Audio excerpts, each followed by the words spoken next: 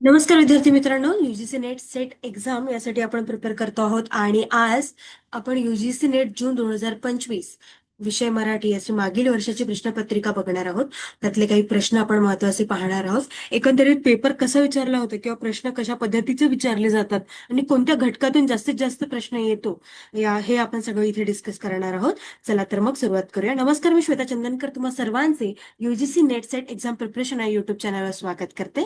चला तर मग सुरुवात करूया.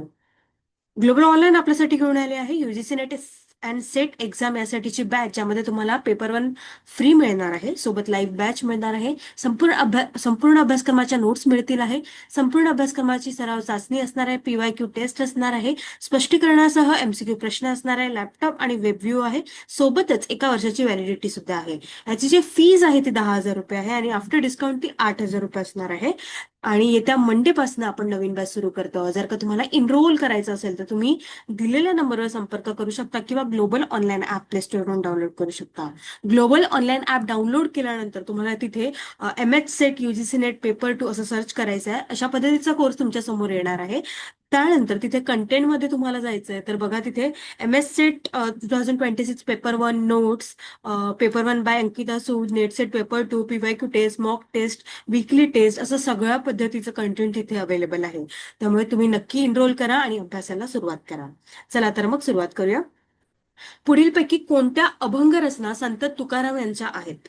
कानडीने केला मराठा अपभ्रतार, जोडिले ते आता न सरे सरिता, माझी मजा आली रोकडी प्रचित, होऊनी फजित दुःख पावे, बरवा बरवा बरवा रे देवा तू, जेने तुझं झाले रूप आणि नाव. खाली दिलेल्या पर्यायातून योग्य उत्तर निवडा आणि सांगा. काय आहे पहिलं? केवळ ए, सी आणि डी, केवळ ए, सी आणि ई, केवळ ए, डी आणि ई, आणि फोर्थ आहे केवळ ए, बी आणि ई. माझ्यासोबत तुम्ही सुद्धा उत्तरे देत चला, जेणेकरून तुम्हाला कितपत येतंय हे सुद्धा आपल्याला माहिती होईल. चला तर सांगा बघू, कोणत्या अभंग रचना संत तुकाराम महाराज यांच्या आहेत?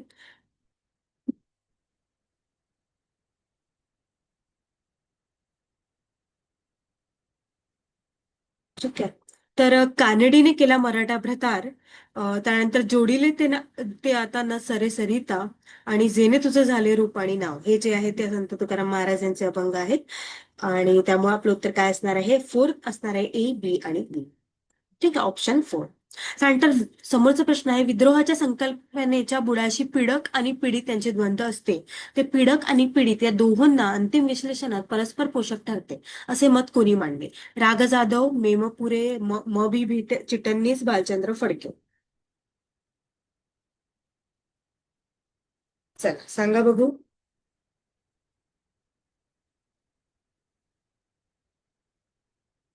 तर हे जे मत आहे ते आहे राग जाधव यांचं. त्यामुळे आपलं उत्तर असणार आहे ऑप्शन ए. प्राध्यापक रावसाहेब गणपतराव जाधव असं त्यांचं पूर्ण नाव होतं.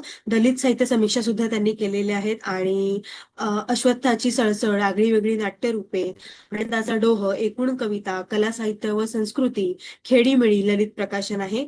चंदेरी चित्रहार, अशा भरपूर, निळे पहाट, निळे पाणी, पंचवटी, असं भरपूर प्रकाशन त्यांनी केलेलं आहे. बापू नावाचा कविता संग्रह आहे त्यांचा. मावळतीच्या कविता कविता संग्रह आहे. नंतर वासंतिक पर्व ललित प्रकाशन आहे. वियोग ब्रह्म कविता संग्रह आहे. अशा पद्धतीचे त्यांनी भरपूर लिखाण केलेलं आहे. त्यामुळे आपलं उत्तर असणार आहे राग जाधव. आता इथे बघा, अशा पद्धतीचा प्रश्न आलाय की मत कोणी मांडलं, है ना? तर आपण सहसा हे वाचताना आपल्या लक्षात राहू शकते, पण आता जे पेपरमध्ये दिलेलं आहे तर आपण इथे जे आहे हे नोट करून ठेवा, जेणेकरून पुढे जाऊन जर का हा फिरवून प्रश्न विचारला तुम्हाला त्याचं उत्तर देता आलं पाहिजे. ठीक आहे. चला, समोरचा प्रश्न आहे, मराठीचे पदबंध रचनेचे नियम देताना वाक्यपूर्व घटकाऐवजी वाक्य विस्तारक अशी संज्ञा वापरून वाक्यगर्भाचे विश्लेषण थोडे वेगळ्या प्रकारे करण्याचा प्रयत्न कोणी केलेला आहे? गोगे भट, नागो कालेलकर, मगरुडकर, रमेश धोंगडे. चला सांगा बघू. तर रमेश धोंगळे यांनी अशा पद्धतीचा प्रयत्न केलेला आहे. आणि ही जे आहे मराठी व्याकरणात जे आहे पदबंधाऱ्यांचे नियम मांडताना वाक्यपूर्वक घटक आणि वाक्यविस्तारक ही संज्ञा वापरून वाक्यगर्भाचे विश्लेषण केलेले आहे. आपलं उत्तर असणार आहे ऑप्शन 4, रमेश धोंगळे. त्यानंतर समोरचा प्रश्न आहे, पुढीलपैकी कोणती विधाने त्या समोरील मूळ विचारवंतांची आहे? इतिहास म्हणजे संघर्ष व अंतविरोध यातून प्रकट होणारा विश्वकल्पनेचा आविष्कार होय, हे कार्ल मार्क्सने म्हटलेलं आहे. जितक्या प्रमाणात लेखकाची मते प्रच्छन्न राहतील तितक्या प्रमाणात साहित्यकृती चांगली होईल, हे फ्रेडरिक एंगल्स यांनी म्हटलेलं आहे. कलाकृतीचे रूप सुद्धा एक विशिष्ट आशय प्रतिध्वनित करीत असते, प्लेखानोफ यांनी म्हटलेलं आहे. इतिहास म्हणजे मानवी जीवनातील आर्थिक आणि त्या अनुषंगाने येणाऱ्या सांस्कृतिक संबंधाची उत्क्रांती होय, हे हेगल यांनी म्हटलेलं आहे. त्यानंतर शुद्ध सौंदर्यशास्त्रीय भूमिका घेणारे समीक्षक कलेच्या संदर्भात बोलताना भावनावादाच्या पातळीवर बोलतात, हे क्रिस्तोफर कार्डवेल यांनी म्हटले. आता यातून मूळ विचारवंतांचे कोणते मत आहे ते आपल्याला टिक करायचं आहे. ठीक आहे, तर यातून आपलं बी, सी आणि डी हे जे आहे प्लेखानो, फ्रेडरिक एंगल्स आणि हेगेल यांचं जे मत आहे ते बरोबर आहे. त्यामुळे आपलं ऑप्शन आहे एक. काय आहे? ऑप्शन एक असणार आहे. हे सुद्धा तुम्ही नोट करून ठेवा, हे खूप महत्वाचं आहे. ठीक आहे, फिरवून विचारल्या जाऊ शकतो. त्यानंतर समोरचा प्रश्न आहे, पोवाडा हे एक श्राव्य काव्य नव्हे, हे दृश्य काव्यही आहे. पोवाडा हे एक प्रकारचे नाटक आहे आणि त्यात अनेक पात्रे असतात. हे मत कोणाचे आहे? प्रभाकर मांडे, दुर्गा भागवत, राची ढेरे, विका राजवाडे. तर हे जे मत आहे, हे मत आहे विका राजवाडे यांचे, आणि विका राजवाडे हे इतिहासकार सुद्धा आहेत. त्यामुळे एकंदरीत जेव्हा आपण ऑप्शन्स पाहतो तर ऑप्शन्स मध्ये सुद्धा आपल्याला थोडं व्यवस्थितपणे वाचायचं आहे, जेणेकरून जर का तुम्हाला माहिती असतं की विका राजवाडे हे इतिहासकार काय, तर मी एकंदरीत आपण अंदाज बांधू शकतो. है ना? तर त्यामुळे अंदाज बांधण्यासाठी अशा पद्धतीचा प्रश्न आला की आपल्याला येत नाहीये, तेव्हा आपण अंदाज बांधण्यासाठी आपल्याला ऑप्शन्स व्यवस्थितपणे वाचावे लागतात. ठीक आहे, आपलं उत्तर असणार आहे ऑप्शन 4. त्यानंतर उमा कुलकर्णी यांनी मराठीत अनुवाद केलेल्या ग्रंथांची नावे लिहा. डोंगरा एवढा जा ओलांडून मिटल्यानंतर जो कुमारस्वामी अशी धरतीची माया, आणि खाली दिलेल्या पर्यायातून योग्य उत्तर निवड. BDE, BAC, ABD, BCE.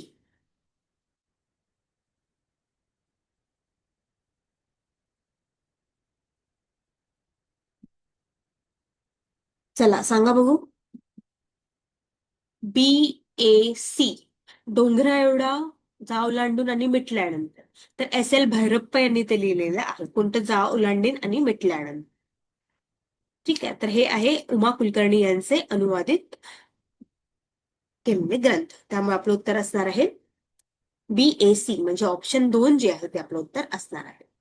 त्यानंतर समोरचा प्रश्न आहे, गायत्री चक्रवर्ती स्पिवेक यांच्या मते ए ऑप्शन दिलेलं आहे, व्यक्तीचे व्यक्तित्व गुंतागुंतीच्या गोष्टींवर अवलंबून असते आणि त्यातील काही गोष्टींच्या आधारे त्या व्यक्तीच्या व्यक्तित्वाची ओळख करता येऊ शकते. व्यक्ती ही मुळातच एक विशाल आणि विखंडित जाळी असते. वसाहतवादी व्यक्तीच वसाहतवादाबद्दल लिहू शकतात. भारतीय वास्तव जाणण्यासाठी स्थानिक सिद्धांत आणि विशिष्ट ज्ञान मीमांसेची गरज असण्याची आवश्यकता नाही. पाश्चात्य वसाहतीत वादाचा सिद्धांत भारतीय संस्कृतीला लागू होत नाही. Option ABD, BCD, BDE, ACE. सांगा बघू काय असणार आहे आपलं ऑप्शन. यातलं बी, डी आणि ई हे उत्तर बरोबर असणार आहे. त्यामुळे आपलं ऑप्शन आहे सी. काय असणार आहे? ऑप्शन सी जे आहे ते आपलं उत्तर बरोबर आहे. सी म्हणजे 3. ठीक आहे, आता एकंदरीत आपण जेव्हा आता पेपर सुरू केलेला आहे, तर यामध्ये तुम्ही बघू शकता की ही मते कोणाची आहे किंवा ही मते कोणी मांडलेली आहे, आणि अशा पद्धतीचे प्रश्न या पेपरमध्ये जास्त विचारले गेलेले आहे.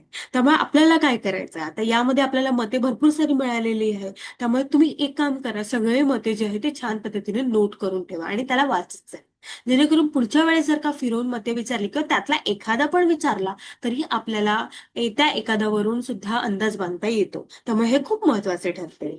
ठीक आहे, आपला प्रश्न आहे, रा गोसावी यांनी दत्त रामदास समर्थ व वीरशैव संप्रदायाबद्दल कोणती मते मांडलेली आहे? ए आहे सिद्धांत शिखामणी या ग्रंथात वीरशैव संप्रदायाची प्राचीनता, वैदिकता आणि समन्वयशीलता मुखर झाली आहे. त्यानंतर बी आहे, समन्वयाची दृष्टी ठेवून उदयास आलेला हा दत्त संप्रदाय शेवटी कर्मठच ठरला. त्यानंतर सी आहे, दत्त संप्रदायात गुरु, अवधूत व आनंद संप्रदाय अशा 3 शाखा आहेत. त्यातील आनंद संप्रदायात तत्वज्ञान व आचार्य या विषयांना प्राधान्य नाही. त्यानंतर गुरुविषयक समर्थ अत्यंत काटेकोर आणि चोखदळ आहे. असं पारमार्थिक उंची प्राप्त झालेला गुरु मिळालाच नाही तर रामकृष्णादिकांना गुरु करावे असे मानणारे समर्थ. समर्थांची रामोपासना एकाकी होते व वारकरी संप्रदायाचे अधर्व्यू संत व देवता याविषयी रामदासी वाङ्मयात पूर्ण अभाव आहे. आणि इथे आपल्याला ऑप्शन दिलेले आहे, सांगा बघू. यापैकी ए, बी आणि डी ही त्यांनी मते मांडलेली आहे. बाकी त्यांची मते नाहीये. कोणाची? राघव गोसावी यांची. त्यामुळे आपलं उत्तर काय असणार आहे? ए बी डी एक ऑप्शन असणार आहे. त्यानंतर आता आपल्याला अखिल भारतीय मराठी साहित्य संमेलनाचे अध्यक्ष आणि संमेलन वर्ष यांचे जोड्या जुळवायचे आहे. तर एकंदरीत यावरून तुम्हाला समजलं असेल की आपल्याला अखिल भारतीय मराठी साहित्य संमेलन कधी झाले आणि त्याचे अध्यक्ष कोण होते हे सुद्धा अभ्यास करायचा आहे. अध्यक्षमध्ये वामन घोरपडे, सॉरी चोरघडे, शंकरराव खरात, युम पठाण, मारुती चितमपल्ली आणि संमेलनाचे वर्ष दिलेले आहे. तर वामन चोरघडे जे आहेत ते आहे 1979. ठीक आहे. त्यानंतर शंकरराव खरात आहेत 1983, युम पठाण आहेत 1990 आणि मारुती चितपल्ली आहे 2006. म्हणजे ऑप्शन 4 जे आहे ते आपलं उत्तर असणार आहे. ठीक आहे. समोरचा प्रश्न आहे, नाटकात व्यवहार सदृश संवादांनो भाषा बनते आणि तिच्या मदतीला हावभाव, हातवारे, हालचाली, प्रकाश, नेपथ्य इत्यादी व्यवस्था असतात असे कोणी म्हणले आहे? राजीव नाईक, मरकर साठे, सतीश आडेकर, भालचंद्र नेमाडे. चला सांगा बघू.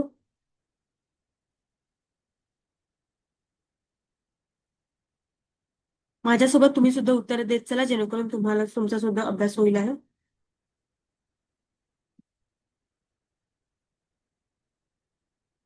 ते आहे भालचंद्र वनाजी नेमाडे यांनी दिलेलं आहे. यांचं जे हिंदू समृद्ध अडगळ ही जी आहे ही सुद्धा आपल्या अभ्यासाला आहे. हिंदू जगण्याचे समृद्ध अडगळ ही घटक 10 मध्ये अभ्यासाला आहे, त्यामुळे खूप महत्वाची ठरते. त्यानंतर त्यांची कोसला ही पहिली कादंबरी आहे 1963 ची. कोसल्यानंतर त्यांनी हिंदू जगण्याची समृद्ध अडगळ लिहिलेली आहे. ठीक आहे. त्यामुळे आपलं उत्तर असणार आहे भालचंद्र नेमाडे, 4 ऑप्शन. समोरचा प्रश्न आहे, साहित्याच्या वर्गीकरणाबद्दल पुढील कोणती 4 तत्वे मानली जातात? माध्यम भिन्नता, प्रस्तुतीकरणाची पद्धती, प्रस्तुतीकरणाकर्त्याचा दृष्टिकोन, प्रस्तुतीकरणातील प्रदेश आणि प्रस्तुतीकरणातील काळ. खाली दिलेल्या पर्यायातून योग्य उत्तर आपल्याला निवडायचे आहे. यापैकी माध्यम भिन्नता, प्रस्तुतीकरणाची पद्धती, दृष्टिकोन आणि प्रस्तुतीकरणातील काळ हे खूप महत्वाचे आहे. तर ही तत्वे आहेत. त्यामुळे आपलं उत्तर असणार आहे 2. केवळ ए, बी, सी आणि D. ठीक आहे. समोरचा प्रश्न आहे, स्त्री शूद्राचा राजा हे नाटक कोणी लिहिलेले आहे? स्त्री शूद्राचा राजा.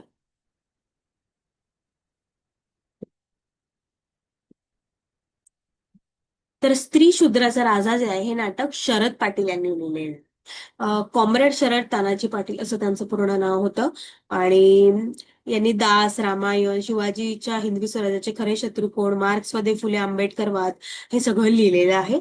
आणि स्त्री शूद्रांचा राजा जो आहे हे नाटक जे आहे त्यांनी लिहिलेलं आहे. आणि या नाटकातून भारतातील वर्णव्यवस्था आणि जाती व्यवस्थेचे शोषण अधोरेखित केलेले आहे. 1998 मध्ये ते त्यांनी एक वैचारिक आणि ऐतिहासिक नाटक लिहिलेले आहे. भारतीय इतिहासातील वर्ण संघर्ष आणि अब्राह्मणी साहित्याची सौंदर्यशास्त्र यांची मूलगामी मांडणी लेखकांनी या नाटकातून केलेली आहे. सोबतच शरद पाटील महाराष्ट्रातील एक प्रख्यात मार्क्सवादी, फुले आंबेडकरवादी विचारवंत सुद्धा होते. ठीक आहे. त्यामुळे आपलं उत्तर असणार आहे स्त्री शूद्रांचा राजा हे नाटक शरद पाटील यांनी 1998 ला लिहिलेलं आहे. त्यानंतर समोरचा प्रश्न आहे, आनंद ओवरी कादंबरीतील पुढील कथनांचा क्रम कादंबरी संहितेत एका मागोमाग एक येणारा अशा योग्य त्या क्रमाने लावा. एकंदरीत आनंद ओवरी जी आहे ती घटक 10 साहित्यकृती यामधला हा प्रश्न असणार आहे. आणि आनंद ओवरी जी आहे ती दीपा मोकाशी यांची कादंबरी आहे.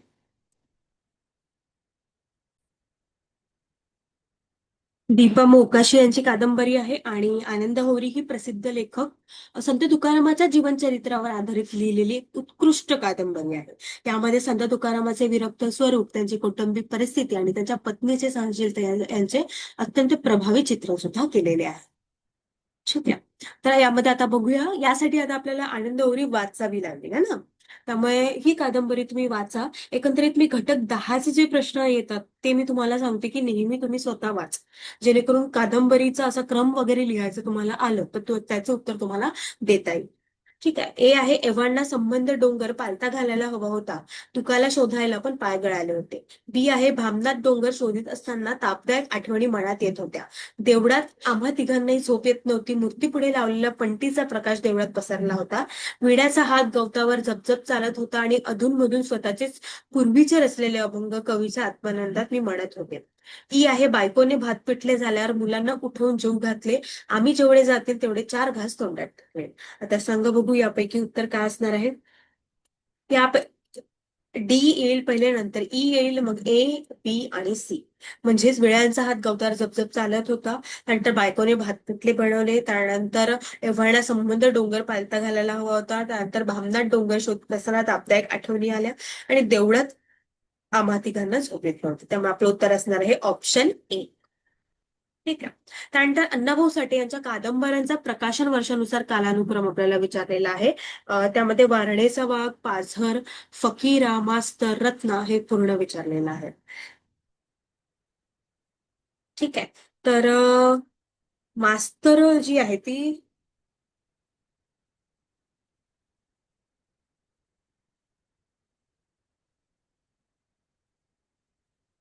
आता यासाठी आपल्याला अण्णाभाऊ साठे यांचं जे तर ज्या कादंबऱ्या आहेत त्या आपल्याला प्रकाशन त्याचे वर्ष माहिती असणे खूप आवश्यक आहे. तेव्हा जाऊन आपण ते देऊ शकू. तर एकंदरीत मी माझ्या वाचण्यात जे आलेलं होतं बघा, जर का मला नसेल माहिती तर मी काय करणार. तर ही जी आहे फकीरा, ही कादंबरी तरी ऐकली असेल तुम्ही की नाही, या कादंबरीमध्ये ही कादंबरी अण्णाभाऊ साठे यांची आहे म्हणून, है ना. तर ही कादंबरी सर्वात जुनी आहे, 1959 ची. ठीक आहे. आता या ऑप्शन मध्ये बघा, एकच ऑप्शन असं आहे की जे पहिले सी आलेलं आहे. ठीक आहे. त्यामुळे ती अत्यंत प्रसिद्ध कादंबरी आहे आणि त्यानंतर मग वारणेचा वाघ, अम, आणि त्यानंतर पाझर, त्यानंतर मास्तर आणि शेवटी रत्न असं क्रम असणार आहे.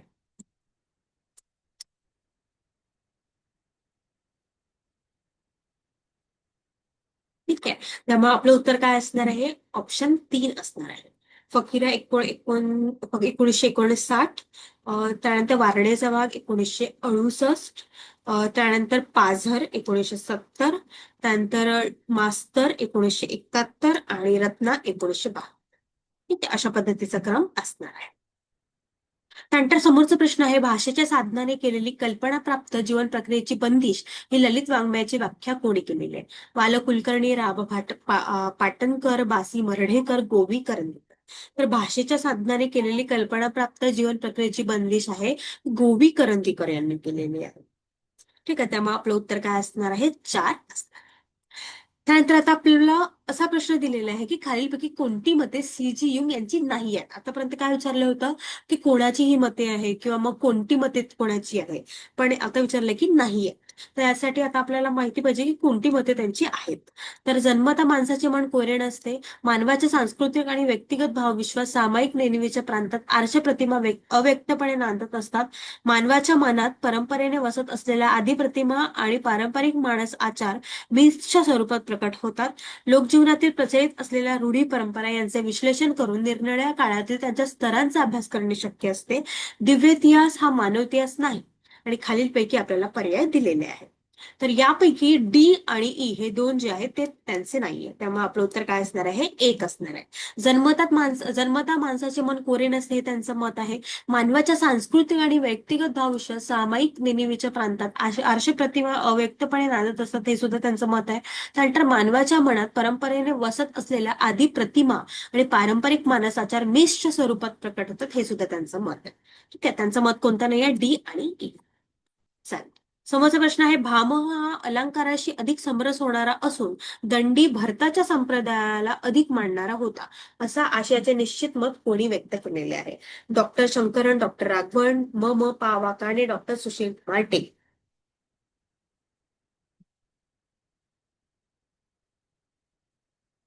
तर हे पावा काणे यांचं मत आहे. त्यामुळे आपलं उत्तर असणार आहे ते. हे सुद्धा बघा अशाच पद्धतीने आलेलं आहे किंवा मत कोणी व्यक्त केलेलं आहे. एकंदरीत याचं जे आहे ते या पेपरमध्ये जास्तीत जास्त मते विचारली गेलेली आहे, त्यामुळे तुम्ही सगळी मते नोट करून ठेवा. समोरचा प्रश्न आहे, चिन्ह मिमिसेंच्या संदर्भात एम एल वेस्टच्या चतुस्तरीय विश्लेषणाची मांडणी मराठीत प्रामुख्याने कोणी केलेली आहे? मसू पाटील, आनंद पाटील, गंगाधर पाटील की मिलिंद मालशे? सांगा बघू.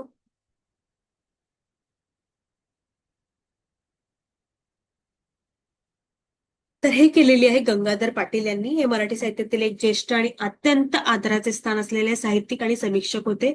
पाटील स्कूलचा ठसा उमटवण्यात त्यांचा मोठा वाटा होता. त्यानंतर इको एकंदरीत त्यांचं अनुष्टुभ हे मराठीतील अत्यंत दर्जेदार वाङ्मय नियतकालिक म्हणून नावारूपाला आलेलं होतं. ठीक आहे. आपलं उत्तर आहे गंगाधर पाटील. त्यानंतर समोरचा प्रश्न आहे, लोकसिद्ध कवी प्रौढोक्ती निर्मित व कवी निर्मित पात्र प्रोढोकित निर्मित असे अर्थाचे 3 प्रकार मानताना ममट व विश्वनाथ यांनी कोणास अनुसरले आहे? हेमचंद्र, जगन्नाथ, अभिनव गुप्त, आनंदवर्धन. सांगा बघू. तर ते असणार आहे आनंदवर्धन. ते कोणी अनुसरले आहे? ते आनंदवर्धन यांनी अनुसरले आहे.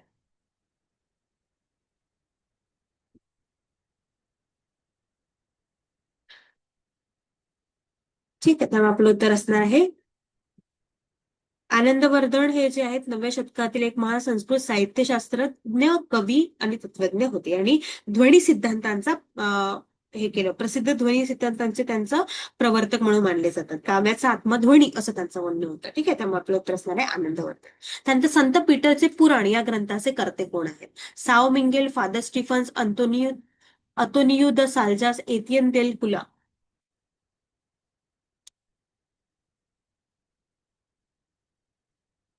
चला सांगा बघू.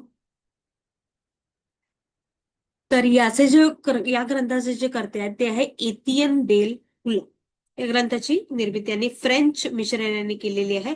1629 ते 1634 या काळामध्ये लिहिलेली असून सेंट पीटर यांच्या जीवनाचे इथे वर्णन केलेले आहे. त्यामुळे आपलं उत्तर असणार आहे ऑप्शन.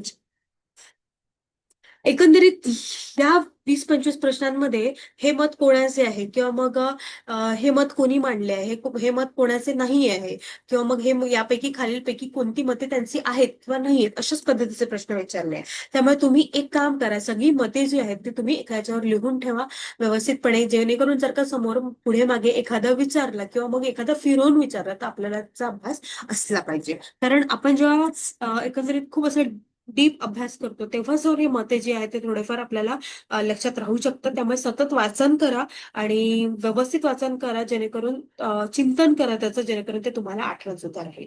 आणि येत्या मंडे पासून आपण नवीन बॅच सुरू करतो आहे. जर का तुम्हाला एनरोल करायचं असेल तर तुम्ही दिलेल्या नंबरवर संपर्क करू शकता किंवा global online app play store वरून डाउनलोड करू शकता. खूप खूप धन्यवाद.